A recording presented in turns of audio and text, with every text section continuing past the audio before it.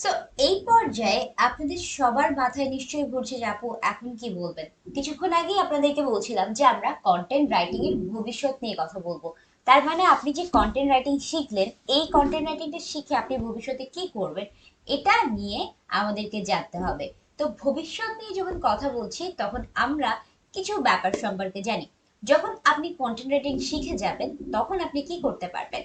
আপনি আর্টিকেল এবং ব্লগ লিখে আয় করতে পারবেন, সেটা ফ্রিল্যান্সিং এ হোক বা ফ্রিল্যান্সিং এর বাইরেও হোক। অনেক সময় দেখবেন যে বিভিন্ন ফেসবুক গ্রুপে বিভিন্ন রকমের ব্লগ লেখার জন্য আর্টিকেল রাইটার খোঁজে।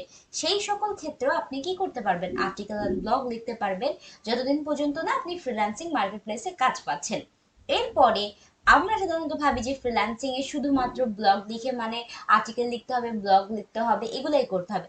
এছাড়াও মার্কেট প্লেসে আপনি CV, cover letter, copy writing অর্থাৎ অ্যাডভার্টাইজিং এর জন্য যে ছোট ছোট কপিগুলো থাকে এগুলো লিখেও আপনি কি করতে পারবেন?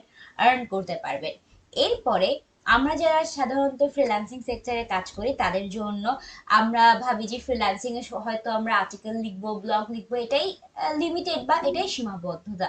কিন্তু আসলে অনেক সময় দেখা যায় যে অনেক আর্টিকেল রাইটার নিজে একটা ব্লগ খোলে, সেখানে যত ভিউজ বাড়ে, বেশি মানুষ পড়ে, তারপরে তারা কি করে? গুগল অ্যাডসেন্স অ্যাড করে, তারপরে সেখানে অ্যাডস দেখায়। অ্যাডস দেখানোর ফলে তাদের কি হয়? তাদের রেভিনিউ বাড়ে। তো তারা ফ্রিল্যান্সিং সেক্টরে না এসেও তারা কি করতে পারে? অ্যাডসেন্স এর মাধ্যমে আয় করতে পারে।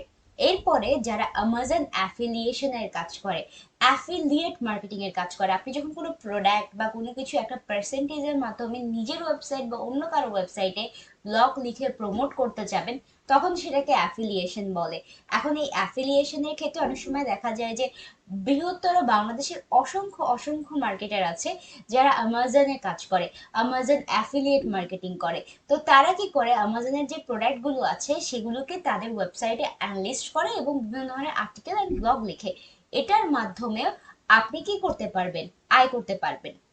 এরপরে আমরা সাধারণত ভাবি যে ফ্রিল্যান্সিং করার জন্য বা একজন ব্লগ লেখার জন্য বা এইসব মার্কেটিং করার জন্য হয়। কিন্তু আপনি যদি একজন ভালো মার্কেটার হতে চান বা একজন ভালো ডিজিটাল মার্কেটার হতে চান, একটা ভালো সোশ্যাল মিডিয়া মার্কেটার হতে চান, আপনাকে জানতে হবে যে কন্টেন্ট ইজ দ্য কি। সবাই আপনাকে বলবে যে কন্টেন্ট ইজ দ্য কি, কিন্তু আসলে কন্টেন্ট যে কি এটা আপনাকে নিজে নিজে বানাতে হবে। এই কিটা যেই তালাটা খুলবেন না কেন, এই কি দিয়ে সেই তালাটাকে বা খোলার জন্য এই কিটা আপনাকে নিজেকেই বানাতে হবে। এর জন্য একজন ভালো মার্কেটার খুব ভালো ক্যাপশন লিখতে পারে, খুব ভালো ব্লগ লিখতে পারে, অথবা না লিখলেও ব্লগটা বোঝার জন্য, আন্ডারস্ট্যান্ডিং এর জন্য হলেও আপনাকে কন্টেন্ট সম্পর্কে ধারণা রাখতে হয়। এরপরে আমরা ভাবি যে এতটুকুই, বাট আপনি চিন্তা করেন আপনি একজন প্রফেশনাল মার্কেটার বা প্রফেশনাল যে কোনো ক্ষেত্রে আপনি যদি নিজেকে রিপ্রেজেন্ট করতে চান খুব সুন্দর করে, তাহলেও আপনি কন্টেন্ট রাইটিং করতে হচ্ছে। সো এই সকল ক্ষেত্রে আপনার কন্টেন্ট রাইটিং এর ভবিষ্যৎ খুবই উজ্জ্বল। কিন্তু আমরা সাধারণত ভাবি যে বাংলাদেশে বা আউটসাইড মার্কেটে কন্টেন্ট রাইটিং এর ডিমান্ড কেমন হতে পারে। এখানে একটা ছোট গ্রাফ আছে, এটা কোথাও থেকে কালেক্ট করা না, এটা আমার একটা ধারণা অনুসারে আমি তৈরি করেছি। সেটা হচ্ছে যে আপনি যে ফ্রিল্যান্স মার্কেট প্লেসে কন্টেন্টের ডিমান্ড কিন্তু বেড়েই চলেছে, বিকজ বিভিন্ন ধরনের স্টার্টআপস আসছে। এরপরে দেখুন লোকাল মার্কেট প্লেসেও কিন্তু অনেক অনেক বেশি কন্টেন্টের দাম রয়েছে। এখন অনেক জায়গায় কন্টেন্ট লেখে মানুষ, অনেকে নিজের নিজের ব্লগ সাইট বানায়, অনেক ফ্রিল্যান্সাররা দেখবেন ফ্রিল্যান্সিং রিলেটেড টিপস দেয়। সেই সব ক্ষেত্রেও তারা কি করে? কন্টেন্ট রাইটিং করে। এরপরে ইন্ডিভিজুয়াল যে প্রজেক্টস গুলো আছে, ছোট ছোট কিছু প্রজেক্ট দেখবেন যেগুলো ফেসবুক গ্রুপে বা অন্য জায়গায় তারা পাবলিশ করে, বিভিন্ন ধরনের নতুন স্টার্টআপস তারা কি করে? তাদের ওয়েবসাইটে একটা ব্লগ সেকশন রাখে। ব্লগ সেকশনটার মাধ্যমে বা কন্টেন্ট লেখার মাধ্যমে তারা তাদের অডিয়েন্সের সাথে একটা কমিউনিকেশন বজায় রাখতে পারে, একটা কনভারসেশন বজায় রাখতে পারে। এর জন্য তারা কন্টেন্ট রাইটিং করে থাকে। সো একটা স্টার্টআপ থেকে শুরু করে অনলাইন সেক্টরে যে কোনো কাজের জন্যই কিন্তু আপনার কন্টেন্ট রাইটিং এর প্রয়োজনীয়তা অনেক অনেক বেশি। সো আপনি যদি কন্টেন্ট রাইটার হতে চান তাহলে চিন্তা করুন যে আপনি নট অনলি ফ্রিল্যান্সিং সেক্টরে আসতে পারবেন, এটা আপনার ক্যারিয়ারের জন্য অনেক অনেক বড় একটা আউটপুট আনবে। এরপরে চিন্তা করুন আমরা যারা কন্টেন্ট রাইটিং করি তাদের ক্ষেত্রে কি কি ধরনের কন্টেন্ট রাইটিং এর সেক্টরস আছে। তার মানে হচ্ছে আপনি যে এই ভবিষ্যতে কোন সেক্টর গুলো চুজ করতে পারবেন। এখানে দেখুন অনেকগুলো সেক্টরই আছে। তার মধ্যে আর্টিকেল অ্যান্ড ব্লগ রাইটিং আছে, তার মানে আপনি আর্টিকেল বা ব্লগে ব্লগ লেখাটাও লিখতে পারবেন। প্রোডাক্ট রিভিউ রাইটিং করতে পারবেন, অ্যাফিলিয়েশন উইথ প্রোডাক্টস, তার মানে হচ্ছে বিভিন্ন কোম্পানির সাথে অ্যাফিলিয়েশন করে ওদেরকে নিয়ে আপনি আর্টিকেল লিখতে পারছেন। এসইও রিলেটেড রাইটিং করতে পারছেন, এসইও রাইটিং। কপি রাইটিং করতে পারছেন, যখন কোনো অ্যাডভার্টাইজিং এর জন্য বা ইমেলের কপির জন্য ছোট ছোট কিছু টেক্সট লেখা হয় সেটাকে বলে কপি রাইটিং। এবং কপি রাইটিং কিন্তু অনেক প্রফেশনালিজম এর প্রুফ করে। চিন্তা করুন, এত বড় একটা আর্টিকেল লিখতে কিন্তু আপনার অত বেশি সময় লাগার কথা না, কিন্তু অত বড় আর্টিকেলের মোরালটা খুব অল্প শব্দতে আনা কিন্তু অনেক বেশি একটা কঠিন কাজ। তো এই কাজটাই হয়তো কপিরাইটের ক্ষেত্রে অনেক সময় হয়ে থাকে যে একজন কপিরাইটার এতটুকু জাস্ট চিন্তা করেন ট্যাগলাইন বানিয়ে রাখে। তারপর চিন্তা করুন লিগাল পেপার রাইটিং। কখনো কি শুনেছেন যে যারা লিগাল পেপার লিখে তারা লিগাল পেপার রাইট করতে পারে? তারপর CV and cover letter writing, বিভিন্ন ধরনের CV and cover letter writing এর জন্য আপনি কাজ করতে পারবেন। সোশ্যাল মিডিয়া কন্টেন্ট লিখতে পারবেন, ওয়েব কন্টেন্ট লিখতে পারবেন, বিভিন্ন ধরনের অ্যাডভার্ট রান হয় যেগুলো, ওগুলার কপি লিখতে পারবেন। সো এগুলো তো রয়েছেই, পাশাপাশি আপনাদের জন্য আমার কয়েকটা কথা বলার আছে যেগুলো না বললেই নয়। আমরা যারা কন্টেন্ট রাইটার হই তাদের ক্ষেত্রে একটা খুব বড় বড় প্রবলেম হয়, সেই প্রবলেমগুলোর মধ্যে একটা প্রবলেম হচ্ছে ইংরেজি ভালো জানি না। তো আপনার মনে হবে যে আপু আমি ইংরেজি ভালো জানি না, এরপরে আপনার মনে হবে যে আপু আমার 10টা শব্দ কিভাবে লিখবো এটাও মাথায় আসে না। এর জন্যই আমরা আমাদের কোর্স মডিউলে আপনাদেরকে আগে প্রবলেম আইডেন্টিফাই করে দিচ্ছি। চিন্তা করুন, এরপরের প্রবলেমটা হচ্ছে যে কোনো আইডিয়া নেই কি টপিকে লিখবো, কোনো কিছু সম্পর্কে আমার কোনো ধারণা নেই। এরপরের প্রবলেমটা আপনি যেটা ফেস করেন সেটা হচ্ছে ফরম্যাটিং জানেন না। এরপরে আপনি ভাবেন যে ইংরেজি গ্রামারে খারাপ আপনি। তারপরে আরো আরো হাজারো হাজারো সমস্যা। এর জন্য আমাদের যে এই যে লেকচার্স গুলো আছে সেই সকল লেকচারে আমরা কি করব, আপনাদের যে এত ঝামেলা এত সমস্যা এই সমস্যাগুলো আমরা সমাধান করার চেষ্টা করব। এরপরে আপনি চিন্তা করুন, আমরা যারা ফ্রিল্যান্সিং করি বা কন্টেন্ট রাইটিং করি তারা কিভাবে বা কিসের ভিত্তিতে টাকা আয় করে। যারা সাধারণত ফ্রিল্যান্সিং করে তারা সাধারণত ফ্রিল্যান্সিং এর যে পেমেন্টটা নেয় সেটা ওয়ার্ডের ভিত্তিতে নেয়।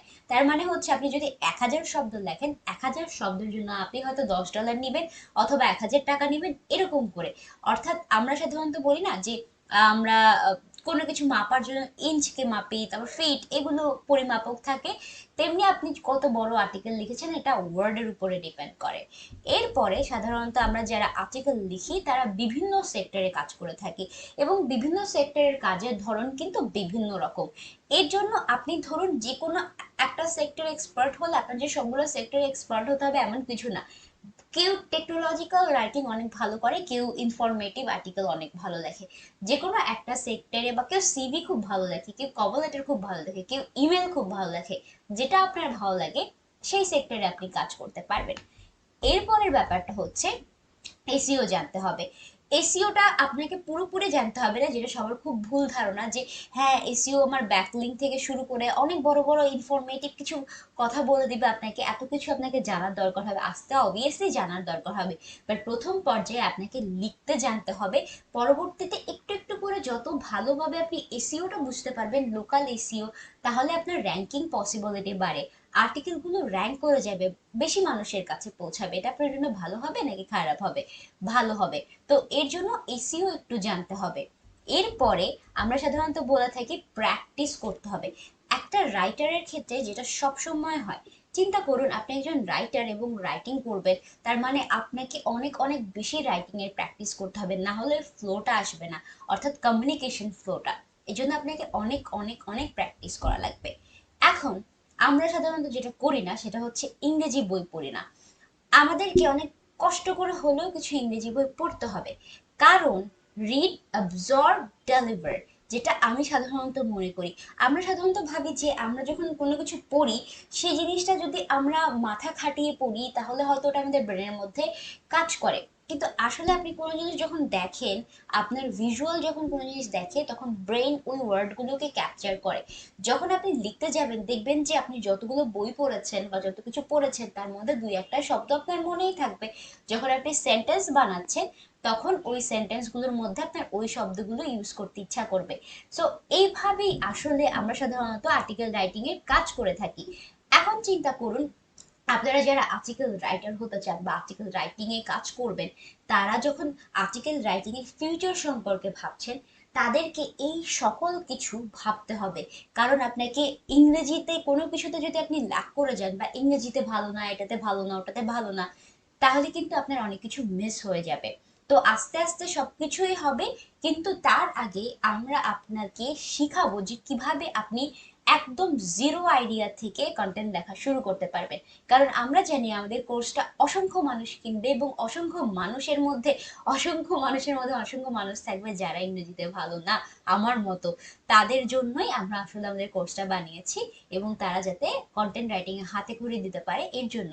সো আমরা পরবর্তী লেকচারে চলে যাচ্ছি। টিল দেন সবাই ভালো থাকুন, সুস্থ থাকুন, আল্লাহ হাফেজ।